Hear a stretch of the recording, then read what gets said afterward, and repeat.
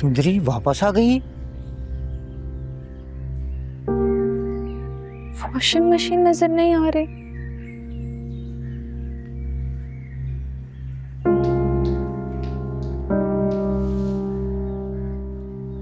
Fridge भी नजर नहीं आ रहा।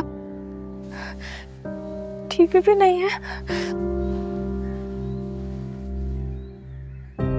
माँ की तस्वीर भी गायब है। फर्नीचर भी गायब है।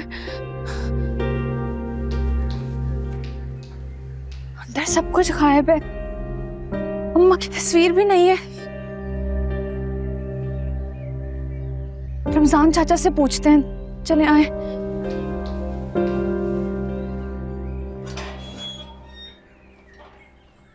रुके रुके रुके, ये बास्केट मेरे बाबा की है। अरे ये तो मेरी अपनी है भाई। आप झूठ क्यों बोल रहे हैं? मेरे बाबा की बास्केट है। अरे तुम पागल तो नहीं हो तुम? ये मैंने अपने पैसों से खरीदी है। शर्म नहीं आती? झूठ बोलते हैं। उतारिए मेरे बाबा की क्या कर रही हो? बास्केट ये तो तुमने मुझसे उतरवा ली। रमजान और जोरा सारा सामान लूटकर जो घर ले गए, उन्हें कुछ नहीं कहोगी?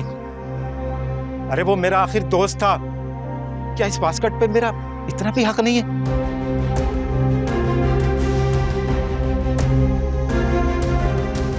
चाचा, डॉक्टर चले मेरे साथ। कुछ सुना सरकार आपने? सुना है हमारे गांव की हदूद को बढ़ा दिया गया है। अब सराय गांव भी हमारे गांव का हिस्सा है। अब उसका नाम खत्म करके सुंदरगढ़ बोलने का हुक्म दिया गया सरकार की तरफ से। ये तो अच्छा हुआ ये इलेक्शन से पहले हो गया, वरना पता नहीं हमारे बादशाह सरकार वहां से जीतते कि नहीं। तुम जाओ। सरकार एक अर्ज करनी थी। वो मेरे मामे का बेटा वापस आ गया, बस यही आपको बताना चाह रहा था। उसे बोलो पढ़ ले, हमारे पास उसके लिए कोई जगह नहीं। ऐसा ना करे सरकार, वो अपने घर का वाहिद कफील है। अच्छा, वाहिद कफील है तो जब मैंने कहा था कि पढ़ाई कर ले या नौकरी कर ले, तब क्या हुआ था? सलाम के लिए हाजिरी चाहे सरकार। सरकार ये उसका आखिरी इम्तिहान था। अब कोई इम्तिहान नहीं देगा। ठीक है, बुलाओ उसे इधर। जी सरकार।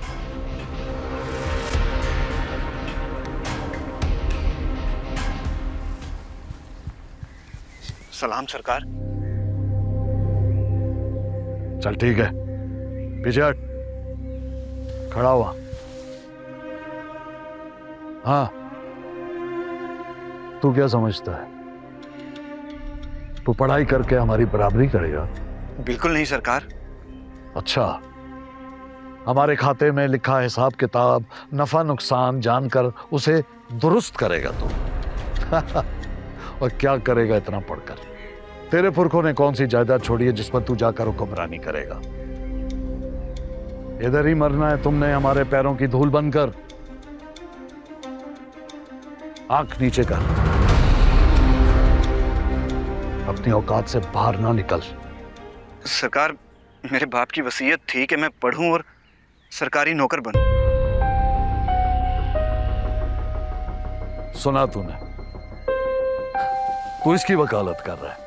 अच्छा, तो अब हमारे काम करने वाले अपने बच्चों को ये सबक दे रहे हैं। मुंशी, इसे बताया नहीं ये सुंदरगढ़ है और यहां नस्ल दर नस्ल ये लोग हमारी जमीनों पर खेती बाड़ी फसल करते आ रहे हैं। अगर ये सरकारी नौकरी करने लग गया तो खेती बाड़ी क्या इसका मरा हुआ बाप करेगा?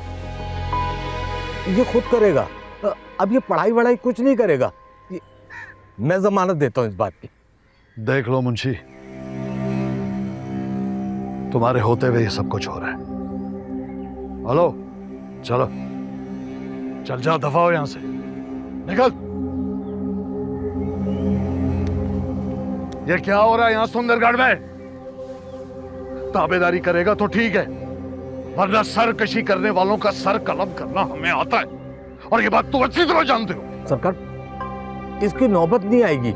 आजकल जिसे देखो हमारे मुंह को आ रहा है, बस एक गिरबान पर हाथ डालना रह गया। किसी की मौत आई है सरकार, कौन इतनी जुर्रत कर सकता? हैं कुछ अपने पराये जो मेरे फैसलों के आगे सर नहीं झुकाते। मैं उन्हें सर उठाने के लायक नहीं छोड़ूंगा, वो चाहे अपने हों या पराये।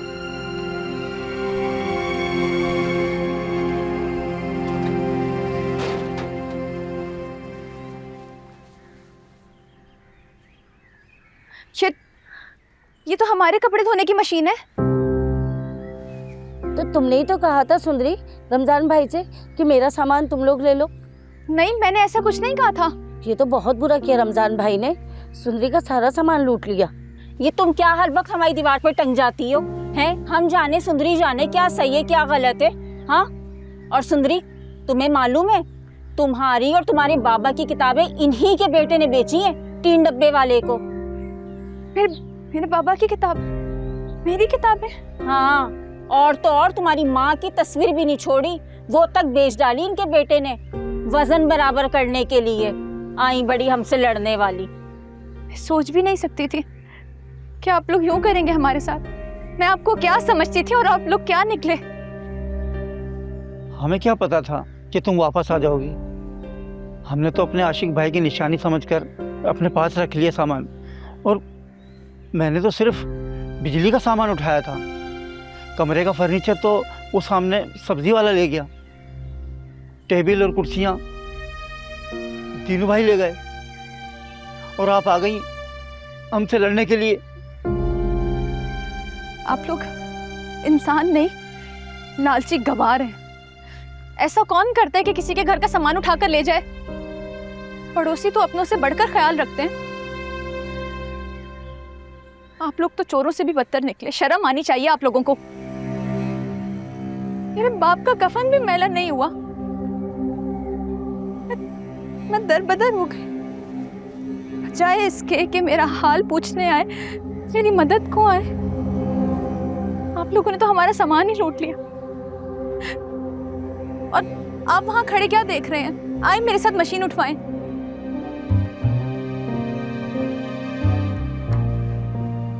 रुको।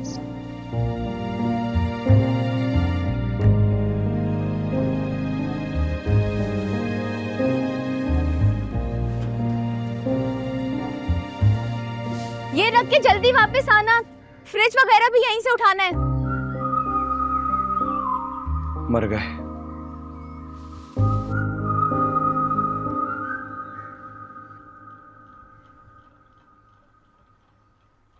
आपको क्यों सब्र नहीं आता बीबी जी?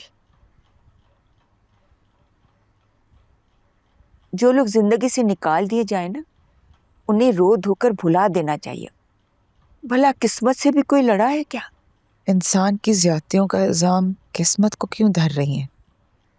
जालिम को ताकतवर सिर्फ इंसान की बुरी किस्मत ही बनाती है।